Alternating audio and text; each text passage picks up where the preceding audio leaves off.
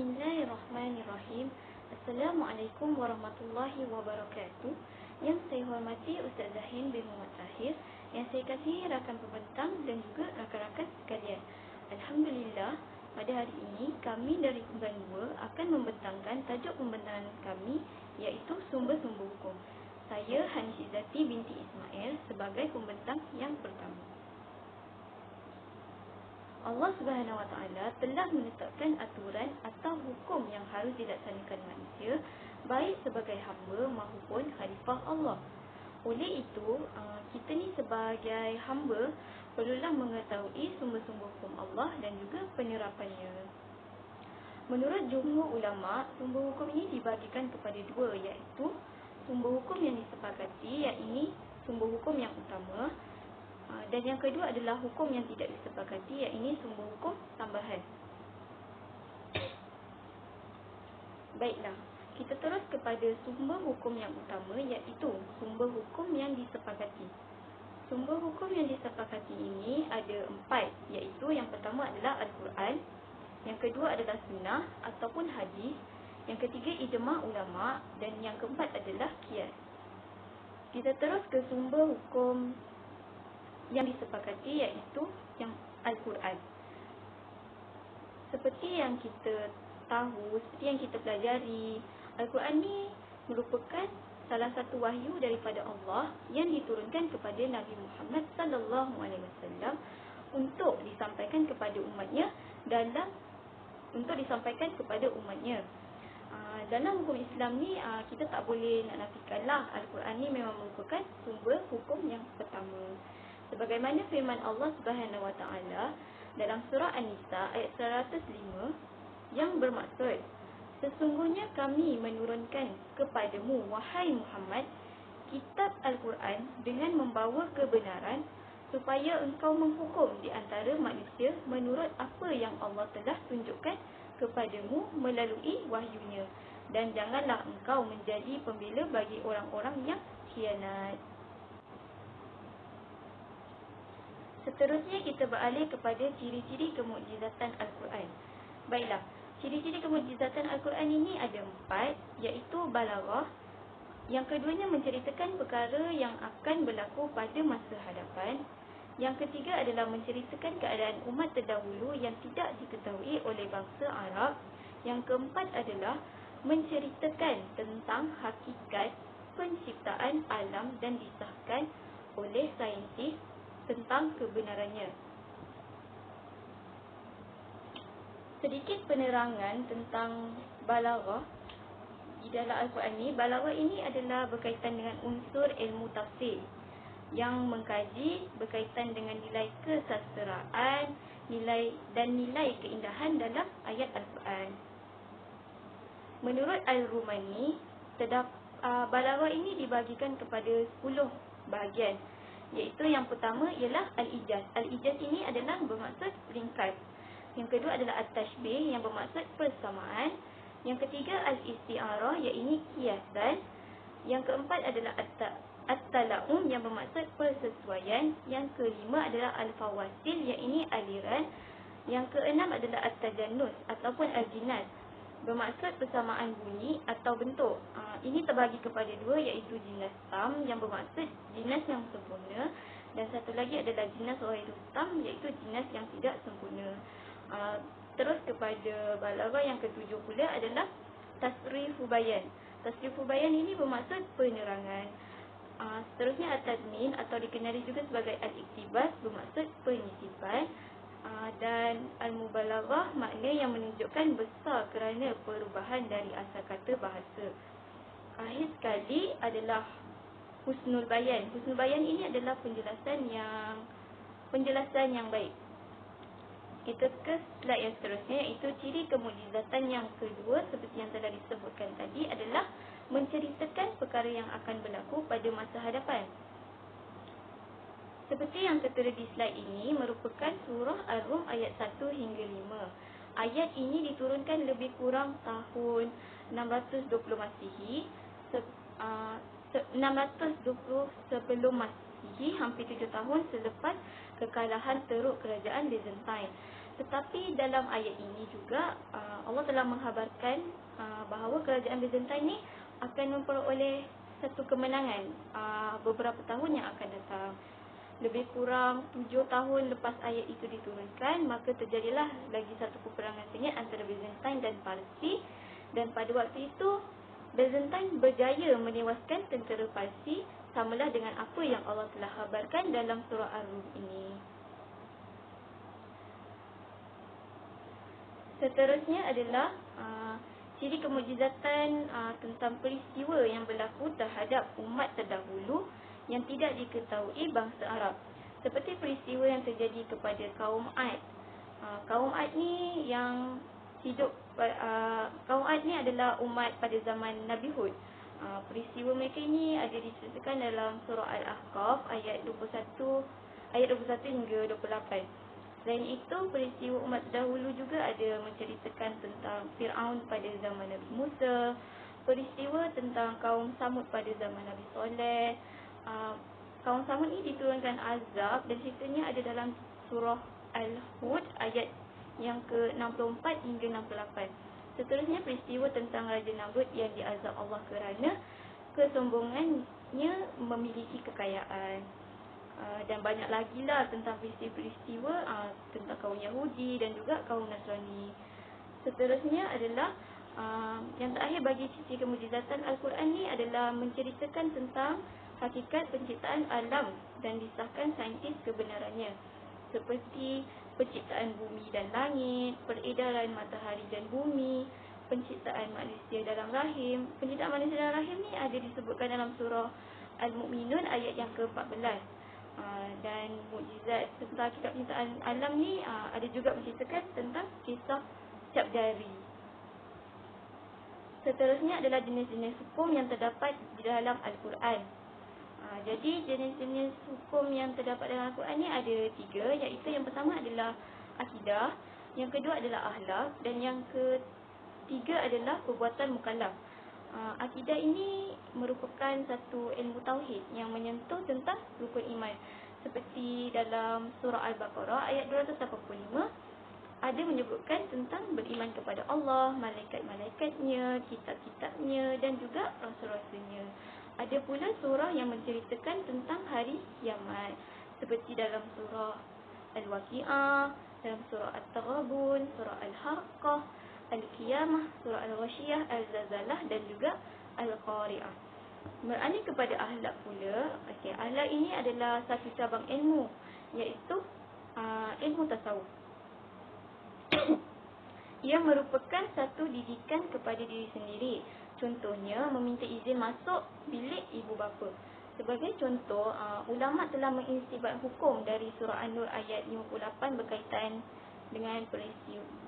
dengan perkara ini.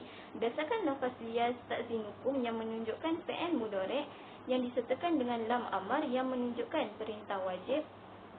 Oleh itu, hukum minta izin sebelum masuk ke bilik ini adalah wajib sekaligus dapat membentuk akhlak manusia. Dan seterusnya adalah hukum yang terakhir yang terdapat dalam Al-Quran adalah perbuatan mukallaf.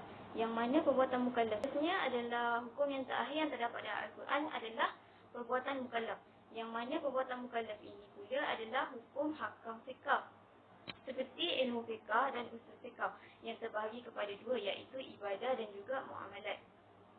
Ibadah ini merupakan hubungan kita sebagai makhluk dengan Al-Khaliq, iaitu penciptanya, iaitu Allah Subhanahu Wa Taala.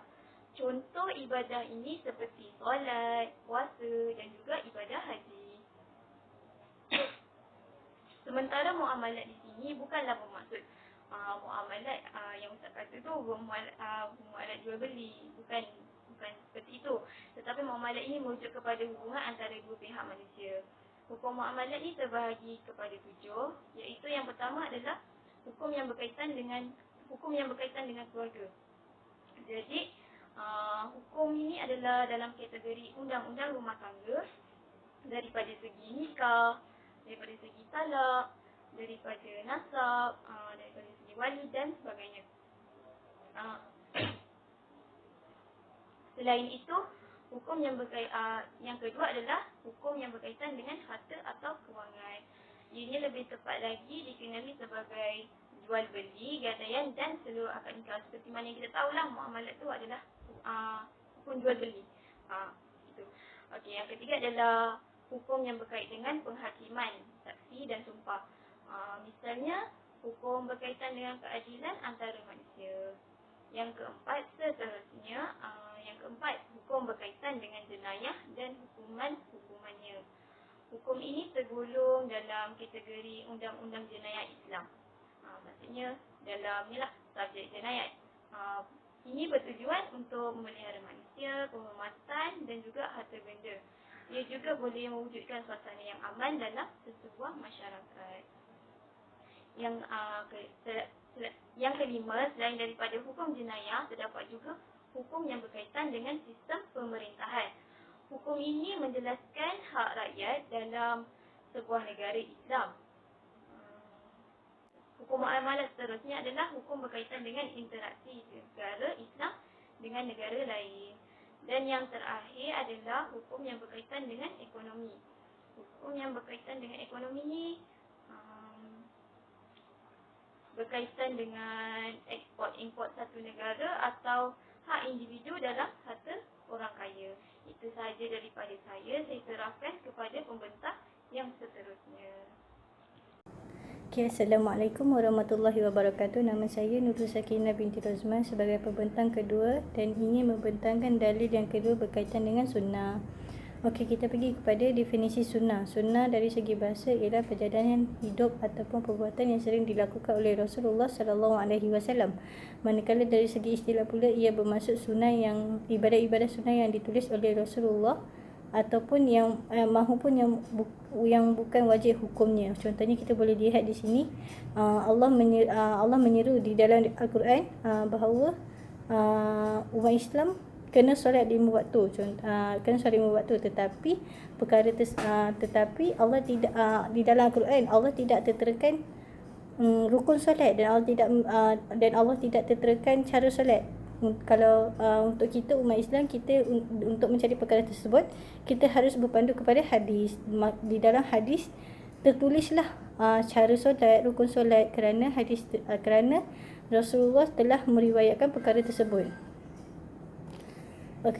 Seterusnya kita boleh pergi kepada sunnah sebagai sumber hukum, terbahagi kepada 3, iaitu Al-Quran, ijma' dan makul. Al-Quran ni ialah membuktikan bahawa semua yang keluar daripada mulut Nabi berkaitan dengan persyariatan ialah datangnya daripada wahyu Allah. Wahyu Allah ni kita boleh lihat di sini bukan sekadar Al-Quran, tetapi sunnah juga dikira sebagai wahyu Allah.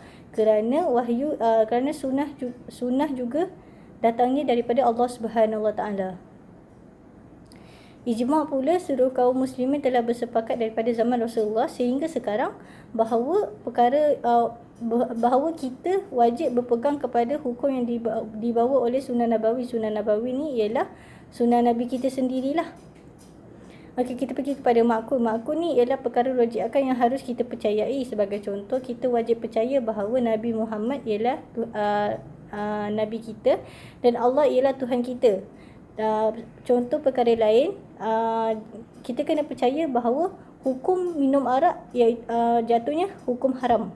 Kenapa jatuhnya hukum haram? Di sini ada sebab-sebab tertentu mengapa Allah jatuhkan haram di dalam perkara tersebut. Sebagai contoh, kita boleh lihat dengan arak ni boleh berlakunya pembunuhan, ataupun dengan arak ini boleh berlakunya kes jenayah, kes rogun. Di sini contohnya, dengan arak anak sanggup membunuh mak, ataupun dengan arak berlakunya kes rogol, berlakunya kes kematian yang berleluasa. Kita pergi kepada jenis-jenis sunnah daripada segi hakikat, terbahagi kepada 3, sunnah qauliyah, sunnah fi'liyah dan sunnah taqririyah. Sunnah qauliyah ni ialah perkara-perkara yang diucapkan oleh Rasulullah SAW dalam keadaan yang berbeza. Namun perkara-perkara tersebut juga dikira sebagai sunnah. Contohnya, kita boleh lihat yang tertulis di dalam hadis, qala Rasulullah SAW, innama na'malu binniyat, yang bermaksud segala perbuatan ini, segala segala perbuatan bermula dengan niat. Okey, sunnah qauliyah ni juga sanadnya bersambung sehingga sekarang. Okey, kita pergi kepada sunnah fi'liyah. Sunnah fi'liyah ni ialah perbuatan. Okey, contohnya kita boleh lihat di sini pada zaman Rasulullah, baginda melakukan solat, lalu perbuatan tersebut dilihat oleh para sahabat dan para sahabat mengikuti perkara tersebut. Itu jatuhnya hukum fi'liyah. Contoh jatuhnya sunnah fi'liyah. Contoh sunnah fi'liyah yang lain, perbuatan Nabi seperti kahwin lebih daripada 4, dan kahwin lebih daripada 4 itu diberikan kelebihan kepada Nabi Muhammad saja. Untuk kita umat biasa yang ingin mengikut sunnah tersebut, tapi kita diizinkan untuk berkahwin hanya 4 orang, tidak lebih daripada itu. Okey, seterusnya kita boleh lihat contoh daripada cara Nabi makan dan cara Nabi tidur lah.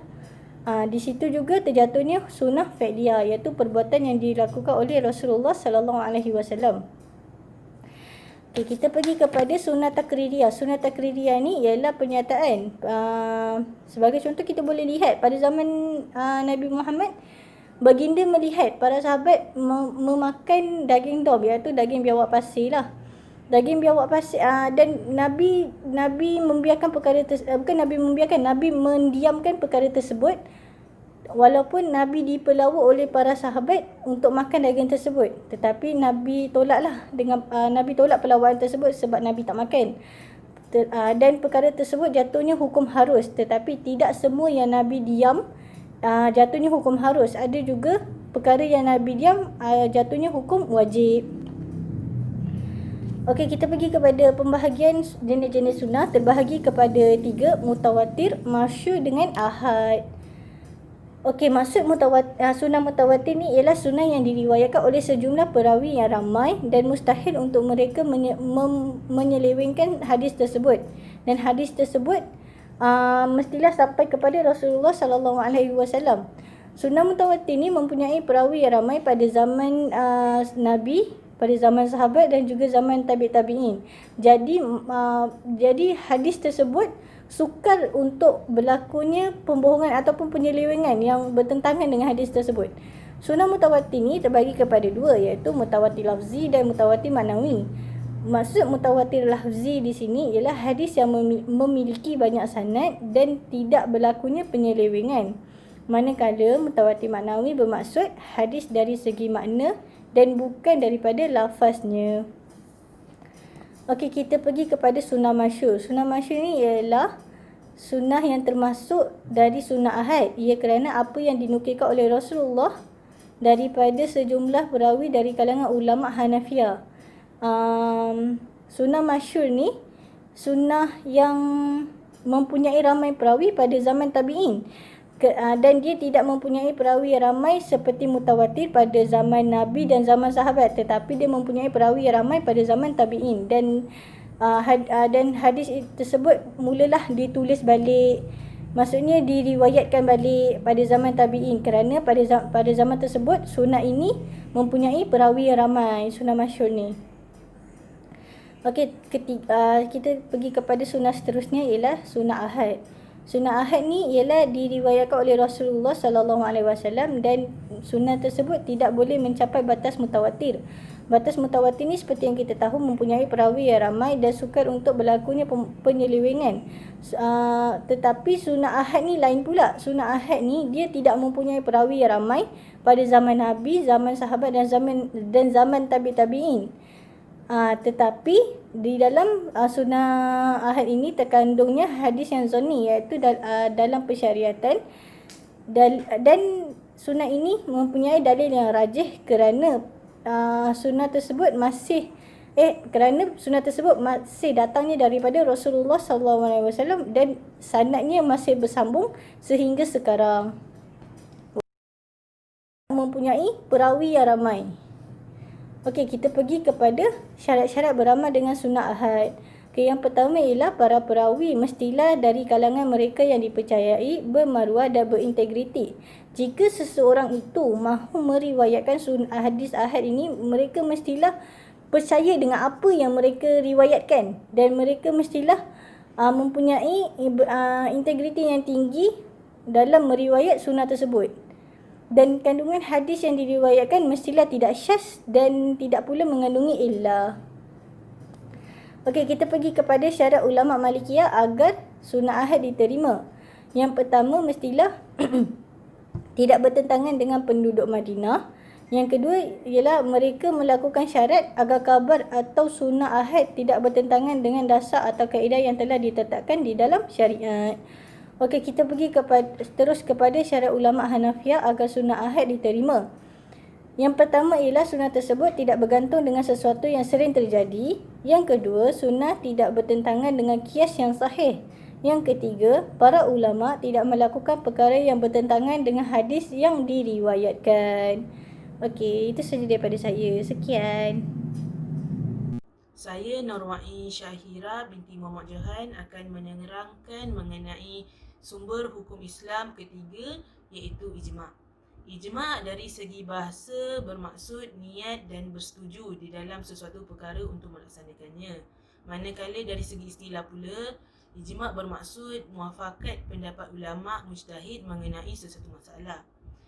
Dapat kita simpulkan bahawa ijma' ini bermaksud sepakat ulama' mujtahid daripada umat Islam sama ada dalam bentuk itikad, kata-kata atau perbuatan bagi mengeluarkan sesuatu hukum yang berlaku selepas kewafatan Nabi Muhammad SAW. Okey, kita sambung dengan rukun ijma'. Rukun ijma' ada 4. Yang pertama, semua ulama' mujtahid sepakat mengenai hukum syarak terhadap masalah yang berkaitan.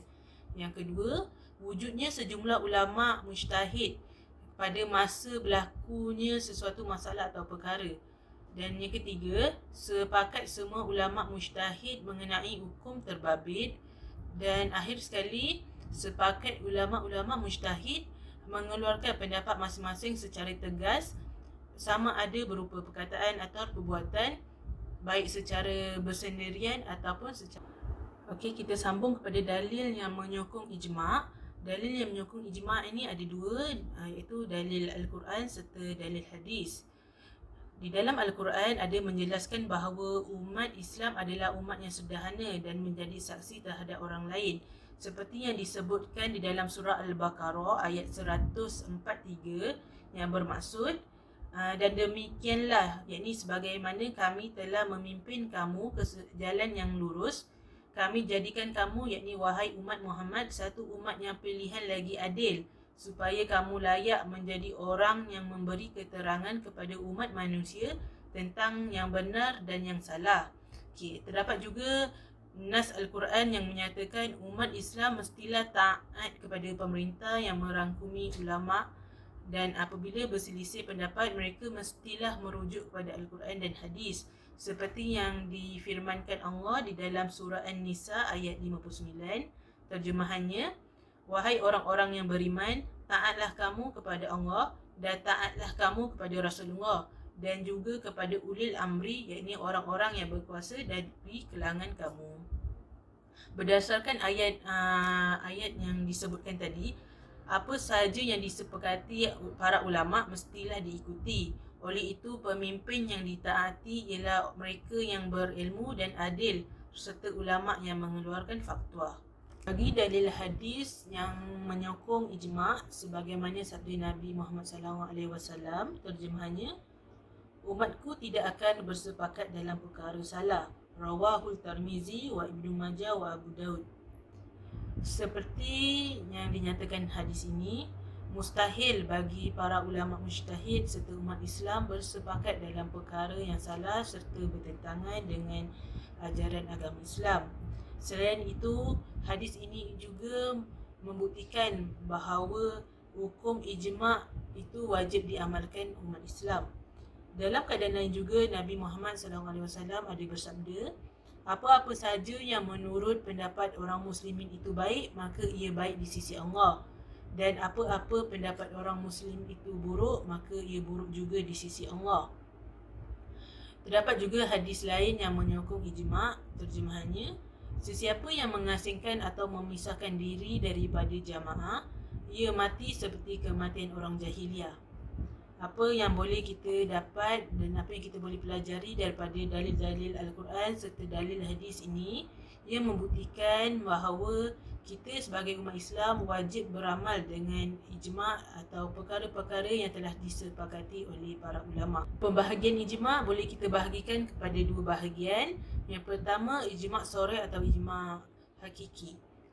Ijma' shar'i ni bermaksud sepakat ulama' para mujtahid pada sesuatu masa yang tertentu dalam masalah hukum agama, di mana masing-masing mengeluarkan dan melahirkan fatwa mereka baik dalam bentuk perbuatan atau perkataan. Ijma' shar'i ini juga merupakan pendapat para mujtahid mengenai sesuatu hukum dalam sesuatu masalah dengan menyatakan pendapat mereka secara jelas dan terang melalui tulisan atau melaksanakan hukum yang dibincangkan. Yang kedua, ijma' sukuti atau ijma' itibari. Ijma' sukuti ini bermaksud sebahagian ulama' mujtahid yang mengeluarkan pendapat mereka melalui fatwa, sedangkan sebahagian lagi hanya mendiamkan diri dan tidak menyatakan pendapat atau tidak menyatakan pendapat sama ada mereka bersetuju ataupun tidak. Ijma' ini juga dikira ijma' itibari kerana dengan mengambil kira atau beranggapan ulama' yang mendiamkan diri telah bersetuju dan bersependapat dengan mereka. Bagi ijma' sukuti ini pula, ulama' berselisih pendapat tentang keujahan ijma' sukuti. Walau bagaimanapun, kebanyakan ulama' usul fiqh berpendapat ijma' sukuti ini boleh dibuat hujah dan dalil dalam mengeluarkan hukum. Perselisihan pendapat ulama' ini boleh dibahagikan kepada dua. Yang pertama, ulama' yang menerima. Yang kedua, ulama' yang menolak. Ulama' yang menerima ini pula boleh dibahagikan kepada dua juga. Yang pertama, hujah zanni dan kedua, hujah qat'i. Bagi pendapat hujah zanni, ulama' yang menerima ijma' sukuti sebagai hujah zanni ini iaitu pendapat Al-Qurki daripada mazhab Hanafi serta Imam Amidi daripada mazhab Syafi'i. Alasan mereka ialah ulama'-ulama' yang berdiam diri ini, dia bukan berdiam diri kerana muafakat dengan pendapat yang telah dikeluarkan. Bahkan diam diri itu mungkin kerana setuju dengan pendapat yang dikeluarkan atau gerun dengan kehebatan ulama' yang telah mengeluarkan pendapatnya.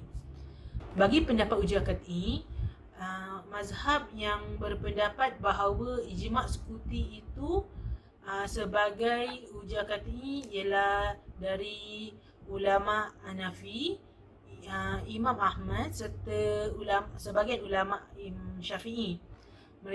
Alasan mereka ialah dalil yang menunjukkan kehujahan ijma' itu tidak membezakan di antara ijma' shar'i atau ijma' sukuti.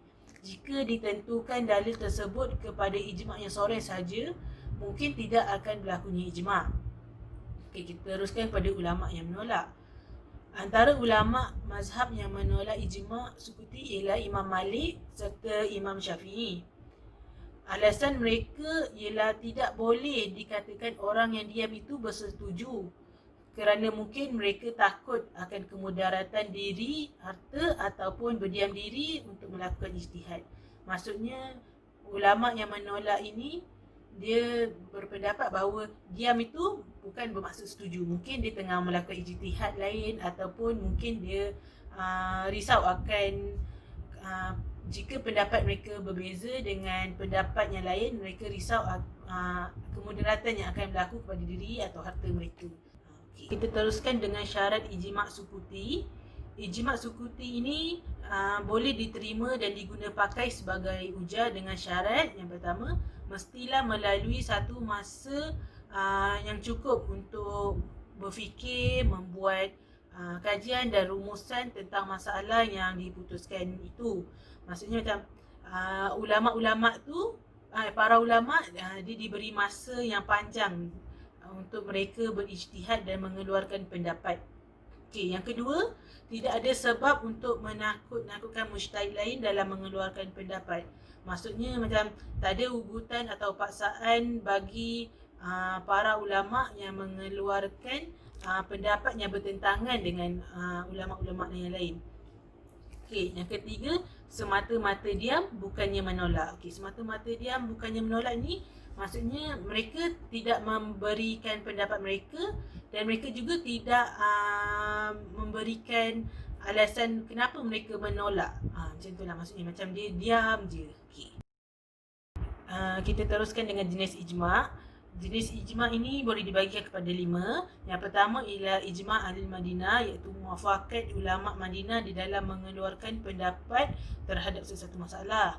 Yang kedua, ijma' ahlul bait, iaitu muafakat daripada kalangan keluarga Nabi Muhammad SAW seperti Ali, Fatimah, Hasan dan Husin. Yang ketiga, ijma' sahabat, iaitu muafakat sahabat dan pendapat mereka terhadap sesuatu masalah. Yang keempat ialah ijma' Khulafa' ar-Rasyidin, persepakatan 4 sahabat Rasulullah SAW, iaitu ijma' Sayyidina Abu Bakar, Umar, Ali dan Uthman. Dan akhir sekali ialah ijma' ulama', iaitu persepakatan pendapat di kalangan ulama' dalam masalah tertentu pada masa yang tertentu. Akhir sekali, sandaran ijma'. Jumhur ulama' bersepakat mengatakan tidak akan wujud ijma' tanpa sandaran. Hal tersebut kerana Nabi Muhammad sendiri tidak akan membuat sesuatu keputusan tanpa bersandarkan kepada wahyu. Sebagaimana firman Allah di dalam surah Al-Najm ayat 3 dan 4 terjemahannya, dan ia Muhammad tidak memperkatakan sesuatu yang berhubung dengan agama Islam menurut kemahuan atau pendapatnya sendiri. Segala yang diperkatakan itu, yakni sama ada Al-Quran atau hadis, tidak lain melainkan wahyu yang diwahyukan kepadanya. Justru itu, Nabi Muhammad memperkatakan sesuatu berdasarkan wahyu. Apatah lagi para mujtahid yang mengeluarkan sesuatu hukum. Oleh itu, mustahil bagi para mujtahid untuk mengeluarkan sesuatu hukum tanpa sandaran, atau mereka sengaja bersepakat dalam melakukan kesalahan. Namun, dalam keadaan lain, ada juga segelintir ulama' yang berpendapat bahawa boleh berlaku ijma' tanpa sandaran. Contohnya, urusan jual beli dengan cara tunjuk-menunjuk dan layan diri, di mana ianya diharuskan dengan bersandar kepada adat atau uruf. Okay. Kita teruskan dengan kias. Bismillahirrahmanirrahim. Assalamualaikum warahmatullahi wabarakatuh. Saya Zulaikha binti Mak Zulmaid akan menerangkan tentang kias. Apa itu kias? Kias merupakan satu proses penelitian untuk mencari persamaan ilah antara asal dengan furuk. Dari segi bahasa, kias bermaksud menyamakan sesuatu dengan sesuatu yang lain. Kias juga berfungsi untuk membandingkan sesuatu dengan cara meneliti persamaan antara keduanya. Dari segi istilah, kias bermaksud menyamakan sesuatu yang tiada nas hukumnya dengan sesuatu yang ada nas hukumnya. Baiklah, rukun kias terbahagi kepada 4. Yang pertama, asal. Asal ialah perkara yang dikiaskan terhadapnya dan mempunyai hukum yang jelas melalui nas. Yang kedua, hukum asal. Hukum asal ialah hukum syarak yang telah ditetapkan kepada asal dan dinyatakan melalui nas. Yang ketiga, cabang atau furuk. Cabang atau furuk merupakan permasalahan yang timbul dan tidak dinyatakan hukumnya melalui nas. Dan yang terakhir, rukun kias yang keempat iaitu ilah. Ilah ialah penyebab pensyariatan hukum pada asal dan merupakan satu penyebab boleh berlakunya kias. Baiklah, sekarang kita beralih pula kepada syarat-syarat kias.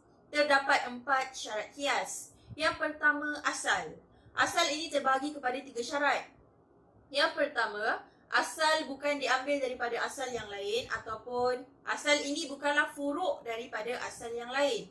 Yang kedua, ilah yang dinyatakan dalam pensyariatan hukum asal bersifat khusus dan bukannya umum. Dan yang ketiga, pensyariatan hukum terhadap asal tidak berubah walaupun setelah dikiaskan kepadanya. Sebagai contoh, hukum minum arak adalah haram dan furuknya ialah air buah-buahan yang memabukkan.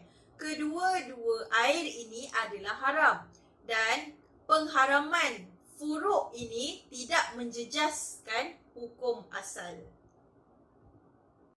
Syarat kias yang kedua iaitu hukum asal. Hukum asal terbahagi kepada 4 syarat. Yang pertama, hukum asal mestilah telah ditetapkan dengan jelas melalui nas. Yang kedua, hukum asal dan illah mestilah dapat difahami dan diterima akal.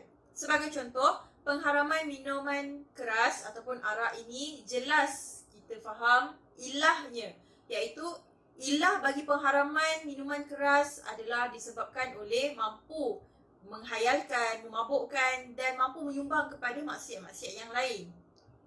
Yang ketiga, hukum asal memiliki illah yang berkemungkinan untuk berlaku. Sekiranya illah hanya boleh berlaku pada asal dan tidak berkemungkinan untuk berlaku pada furuk, maka kias tidak dapat dilakukan. Yang keempat, hukum asal tidak dikhususkan hanya untuk asal. Sekiranya illah dan juga hukum asal itu hanya untuk asal, maka kias tidak dapat berlaku. Dan contoh yang tidak boleh dikiaskan ialah kebenaran untuk menikahi perempuan melebihi 4 orang. Kerana kebenaran ini hanyalah dikhususkan kepada Rasulullah SAW. Syarat kias yang ketiga iaitu cabang atau furuk. Cabang atau furuk ini mempunyai 3 syarat. Yang pertama, cabang mestilah mempunyai illah yang sama dengan asal. Sekiranya illah pada furuk tidak sama dengan illah asal, maka kias tidak boleh dilakukan. Yang kedua, cabang tidak ditetapkan hukum syarak melalui sebarang nas. Sekiranya hukumnya telah dinyatakan melalui nas, adalah wajib untuk kita mengikut hukum yang dinyatakan. Yang ketiga, hukum furuk tidak mendahului hukum asal. Sebagai contoh, tayamum dan juga wudu. Kita tidak boleh mengkiaskan tayamum kepada wudu. Syarat kias yang keempat iaitu illah. Illah terbagi kepada 2 syarat. Yang pertama, illah mestilah bersifat zahir. Zahir di sini ialah kita dapat meneliti illah tersebut melalui panca indera.